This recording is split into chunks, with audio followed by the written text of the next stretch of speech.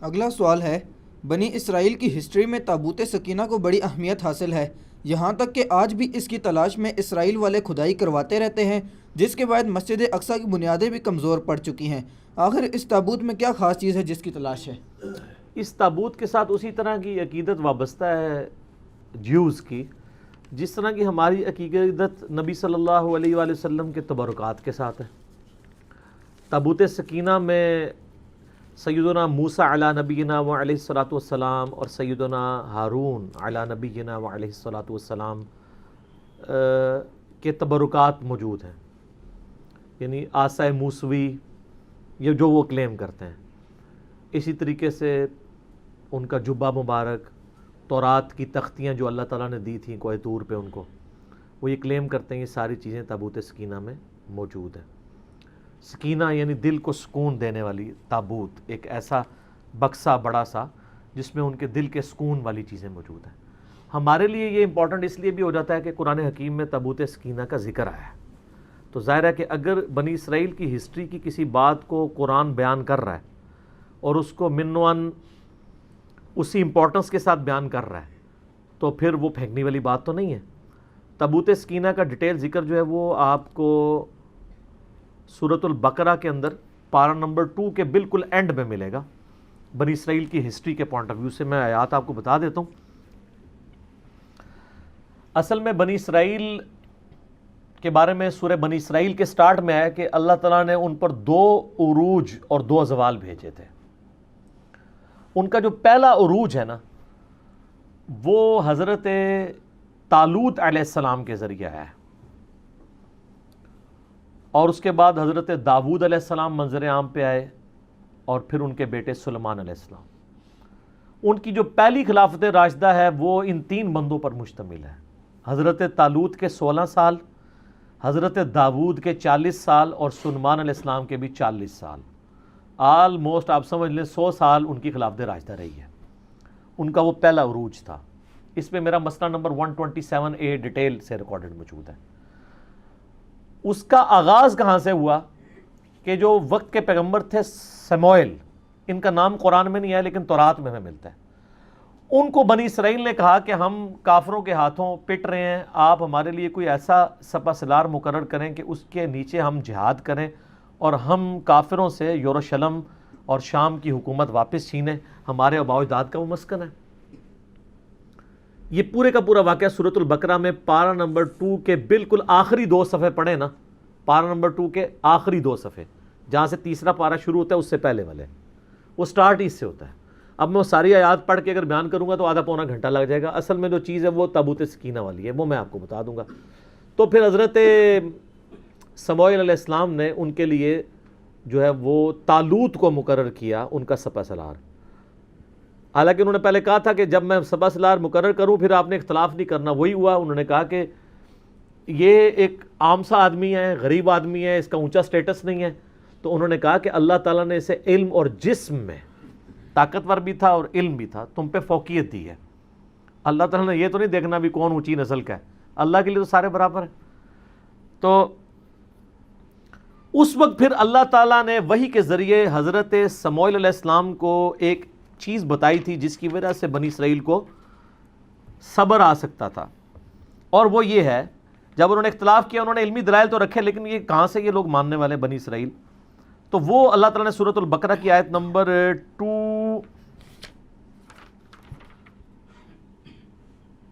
233 آن word نا یہ پورا سلسلہ سٹارٹ ہو رہا ہے، 43 پارہ نمبر 2 کے اینڈ پہ، الم تر الی الذین خرجوا من دیارہم وہم الوف۔ اس کے بعد آگے جا کے آتا ہے وقال لهم نبیہم، اور ان کے پیغمبر نے ان سے کہا، یعنی سموئیل کا نام یہاں پہ نہیں آیا، وہ آپ کو تورات سے ملتا ہے، اولڈ ٹیسٹمنٹ سے۔ ان اللہ قد بعث لکم طالوت ملکا، کہ بے شک اللہ نے طالوت کو تمہارے لیے بادشاہ مقرر کیا ہے۔ اچھا، اس سے ملوکیت بھی لوگ ثابت کرتے ہیں، اور بھائی طالوت کو بادشاہ اللہ نے مقرر کیا تھا، بنو امیہ اور بنو عباس کے لوگوں کو اللہ نے نہیں مقرر کیا تھا۔ وہ تو مسند ابی یعلا میں حدیث ہے صحیح سند کے ساتھ، نبی علیہ السلام نے اپنی وفات سے چند دن پہلے خواب میں دیکھا کہ بنو مروان کے بندر میرے ممبر پر کود رہے ہیں، اور ابو ہریرہ کہتے ہیں پھر آپ علیہ السلام اپنی وفات تک مسکرائے نہیں۔ ان حکمرانوں کو تو نبی علیہ السلام بندر کہہ کے گئے ہیں. ان کی ملوکیت قرآن سے ثابت کرتے ہیں بھئی یہ اللہ نے بادشاہ مقرر کیا تھا, داؤد کو اللہ نے بادشاہ مقرر کیا تھا. یہ دو ڈیفرنٹ چیزیں. کیونکہ اسی کی تفسیر میں نا وہ سعودیہ والا جو قرآن ہے نا, صلاح الدین یوسف والا, انہوں نے اس میں سے یہ تحریف ہر بندے نے کی ہے تفسیر میں, یہ ذہن میں رکھیے گا. اپنی اپنی نوکری سب نے سیدھی کی ہوئی ہے. اگر بریلویوں نے ڈنڈیاں ماری ہیں تو اہل حدیثوں نے بھی ماری ہیں, دیوبندیوں نے بھی ماری ہیں, شیعہ نے بھی ماری ہے. ہم نہیں مارتے. کیوں؟ کیونکہ نام ہے بابی, نام ہے بابی, میں ہوں مسلم, علمی کتابی. اچھا جی. قالوا انا یکون لہ الملک علینا ونحن احق بالملک, وہ کہنے لگے یہ ہم پہ کیسے بادشاہت کر سکتا ہے جبکہ ہم زیادہ حقدار ہیں. ولم یؤت سعہ, جبکہ اللہ تعالیٰ نے اسے کوئی وسعت نہیں دی, من المال, مال میں سے. قال ان اللہ اصطفاہ, انہوں نے کہا اللہ نے چنا ہے. یہ بنو امیہ بنو عباس کو اللہ نے نہیں چنا, ان کو اللہ نے چنا ہے. علیکم, تم پر. وزادہ بسطۃ فی العلم والجسم, اور دیکھو اس کو کشادگی دی ہے تم پر علم اور جسم کے ذریعے, طاقتور بھی ہے علم والا بھی, یہ کرائٹیریا ہے. واللہ یؤتی ملکہ من یشاء, اللہ جسے چاہتا ہے اپنا ملک دیتا ہے. واللہ واسع علیم, اللہ تعالیٰ وسعت والا علم والا ہے. وقال لهم نبیہم, پھر ان کے نبی نے ان سے کہا, ان آیت ملکہ, بے شک اس کی جو حکمرانی کی نشانی یہ ہے, یعنی یہ اللہ کی طرف سے اللہ کی تائید طالوت کو حاصل ہے, اس کی نشانی یہ ہے, این یاتیکم التابوت, کہ تمہارے پاس وہ تابوت آ جائے گا واپس, فیہ سکینہ, جس میں تمہارے لیے دل کا سکون ہے. یہ تابوت سکینہ کا لفظ یہاں سے لیا ہے, من ربکم, تمہاری طرف, تمہارے رب کی طرف سے. وبقیۃ مما ترک آل موسیٰ و آل ہارون, جس کے اندر موسیٰ علیہ السلام اور ہارون علیہ السلام کے چھوڑے ہوئے یعنی تبرکات آپ کہہ لیں اس کو, یا اس کے یعنی باقیات موجود ہیں. تحملہ الملائکہ, اس کو اٹھائے ہوئے آئیں گے فرشتے. ان فی ذلک لآیۃ لکم ان کنتم مؤمنین, اس میں اللہ تعالیٰ کی طرف سے تمہارے لیے نشانی ہوگی اگر تم واقعی سچے ایمان لانے والے ہو. کہ یہ جسٹیفائی کر دے گا, وہ تابوت سکینہ ان سے چھین چکا تھا, کیونکہ کافروں نے جب ان پہ قبضہ کیا وہ تابوت بھی ساتھ اٹھا کے لے گئے. ان کا انہوں نے اتنا سنبھال کے رکھا ہے, وہ قیمتی چیز ہے. جس طرح آپ کا وہ کہتے ہیں نالائن شریف چوری ہو گئے بادشاہی مسجد سے, 14-15 سال ہو چکے ہیں, تو وہ اٹھا کے لے گئے. اب اللہ تعالیٰ نے نشانی ظاہر کرنی تھی, تو وہاں پہ اللہ کا کرنا کیا ہوا, یہ آپ کو ڈیٹیلز پھر اسرائیلی روایتوں میں ملیں گے. وہاں پہ کافروں کے ہاں طاعون کا مرض, پلیگ کی وبا پھیل گئی, طاعون کی, اس میں لاکھوں لوگ مرتے تھے. تو ان کو ان کے بڑے بزرگوں نے, نجومیوں نے, انہوں نے کہا کہ یار یہ جو تم لوگ تابوت اٹھا کے لے آئے ہو نا, اس کی نوست پڑی ہے تم پہ, تو اس کو تابوت کو نا اس سے جان چھڑاؤ, یہ اس کی وجہ سے یہاں پہ طاعون کا مرض پھیلا ہے. تو انہوں نے ایک بڑا سا گڈھا لیا, اس کے آگے 2 بڑے بیل باندھے, اس پہ وہ بڑا سا وہ تابوت رکھا. اور یہ 10 کمانڈمنٹس فلم بنی ہوئی ہے ہالی ووڈ کی, انہوں نے اس میں فلمائی ہوئی چیزیں, اس کے اوپر انہوں نے اس کو لاد کے ہانک دیا. اور وہ جناب وہ اب بیلوں کو ساتھ انہوں نے بندہ شندہ اٹیچ کر دیا. بعد میں وہ بیل بھی انہوں نے چھڑوا کے ایک جگہ پہ اس کو کر دیا. اب واللہ عالم وہ یعنی فرشتے ہی ان بیلوں کو ہانک کے اس طرف لے کے آئے. بل قرآن تو کہتے ہیں نا فرشتے اٹھائے ہوئے لائیں گے, این ممکن ہے کہ یعنی فرشتے اس کو ہانک کے لائیں, فزیکلی فرشتے نہ ان کو نظر آئے ہوں, کیونکہ وہ تو بنی اسرائیل ہمیشہ کہتے تھے ہم نے فرشتے دیکھنے, فرشتے انہوں نے دیکھے. بلکہ نشانی ظاہر ہوئی کہ وہ تابوت سکینہ ان کے پاس واپس آ گیا, ان کو یقین آ گیا, اچھا اب ہمارے پاس تبرک آ گیا, اونٹتے اسی جنگ جیتی گئے. پہلے تو وہ ڈرپوک ہوئے تھے, ویسے بعد میں بھی ڈرپوک ہی رہے, صرف 313 لوگ ہی ساتھ رہے, بخاری میں آتا ہے صرف 300+ لوگ. ہمارے غزوہ بدر میں بھی صحابہ کرام کی تعداد 313 تھی, اور ان کے غزوہ بدر میں جو طالوت اور جالوت کی جنگ ہوئی تھی, تو اب یہ طالوت کے مقابلے پہ جالوت فوج لے کے آیا. آپ کو تورات میں گولیت اس کا انگلش میں نام ملے گا, جالوت. اتنا اونچا اس کا قد تھا, باقی بنی اسرائیل کے فوجی تو بمشکل اس کی پنڈلیوں تک آتے تھے, اتنا اس کا قد تھا. پورے جسم پہ زرہ پہنی ہوئی ہوتی تھی اس نے, اور صرف ایک آنکھ اس کی ہوتی تھی جو ننگی ہوتی تھی دیکھنے کے لیے, باقی پورے جسم پہ لوہا. آپ اس پہ تلوار کیا چلائیں گے, وہ تو ہاتھ سے پکڑ کے فوجی باہر پھینک دیتا تھا, اتنا طاقتور تھا. تو حضرت داؤد علیہ السلام اس وقت ان کی عمر ہارڈلی 16-17 سال تھی. یہ گڈریے تھے, یعنی بھیڑ بکریاں پالا کرتے تھے. بچپن سے چونکہ ان کا یہ ایک ذریعہ تھا, ان کے پاس ایک گوپیا ہوتا تھا, یہ ساری ڈیٹیل آپ کو تورات میں اسرائیلی روایتوں میں ملے گی. گوپیا اس طرح ہوتا تھا کہ جیسے آپ یہ گلیل ہوتی ہے نا، اس میں آپ یوں پھینکتے ہیں. ایک گوپیا ہوتا ہے کہ آپ ایک چمڑے کا ایک سمجھ لیں دستانہ بنا ہوا، جس کے دوسرے اینڈ کے اوپر ایک رسی، اس میں وہ پتھر ڈال کے نا اس دستانے کو یوں گھماتے تھے نا، پر یوں کر کے پھینکتے تھے نا، تو ان کا نشانہ اتنا پکا تھا کہ وہ شیروں کے جبڑے توڑ دیتے تھے اپنی بکریوں کی حفاظت کرنے کے لیے. شیروں کا شکار کرتے تھے. حضرت داؤد علیہ السلام 16 سال عمر تھی. اچھا، تو اب ظاہر مسلمان خوف کھا گئے اتنی بڑی بلا سامنے دیکھ کے. تو حضرت داؤد علیہ السلام نے کہا اس کو میں قابو کروں گا. حضرت داؤد علیہ السلام ایک اونچے مقام پہ کسی پہاڑی یا کوئی ٹیلا تھا اس پہ چڑھ گئے اور انہوں نے اپنا گوپیا یوں گھمایا. آپ نشانہ دیکھیں وہ ایک ہی آنکھ کھلی ہوئی تھی، اس آنکھ سے اس کے دماغ کے اندر وہ چلا گیا اور وہ گولیت وہیں پہ مر گیا. جالوت، یہ قرآن میں اس کا ذکر بھی ہے نا، وہ جیسے ہی مرا تو وہ کانفیڈنس لوز، بلکہ اس میں الفاظ بھی ہیں تورات میں. حضرت داؤد علیہ السلام نے کہا اس نامختون کو میں دیکھتا ہوں. یعنی بنی اسرائیل جو ہے نا، وہ جو جنٹائلز ہیں نا ادر دین بنی اسرائیل، ان کو نامختون کہتے تھے. یہ ختنے نہیں کرواتے، ہم ابراہیمی ہیں، ہم ختنے کرواتے ہیں. تو کافروں کو نامختون کہتے تھے.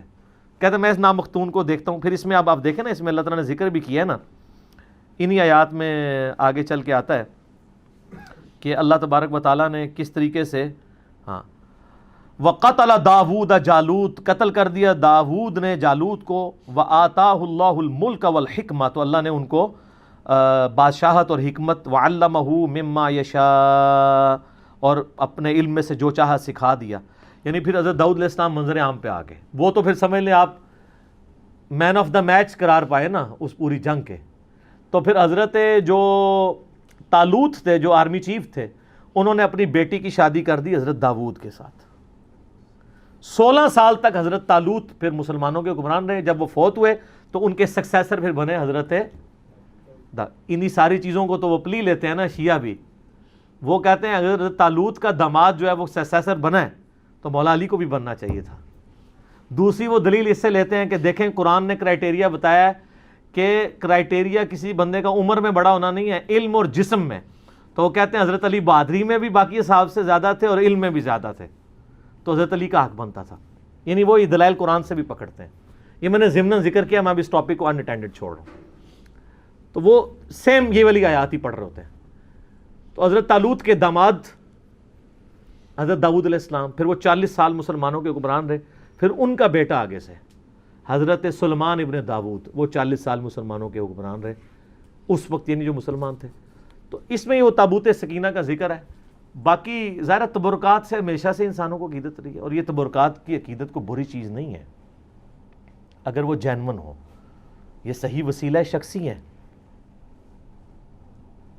یہ بات یاد رکھیے گا، یہ صحیح وسیلہ شخصی ہے.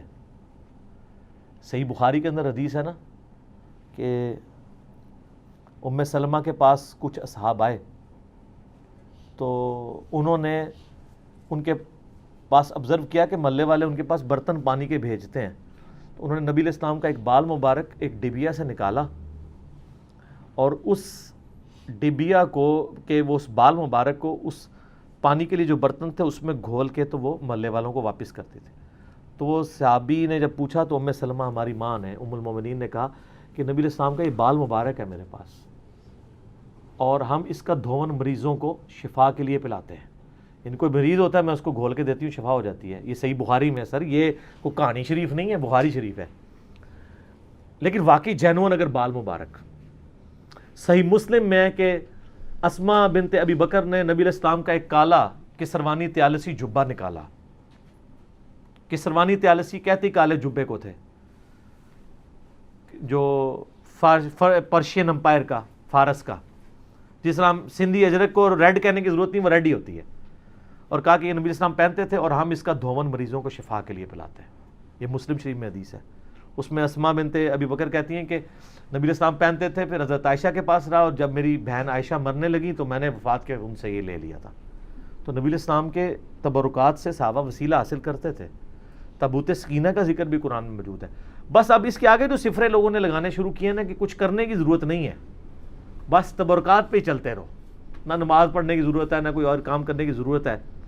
تو سر پھر تبرکات، جن کے پاس کعبہ تھا وہاں پہ بھی جب برے کام آئے ہیں تو اس تبرک نے کوئی فائدہ تو نہیں دیا.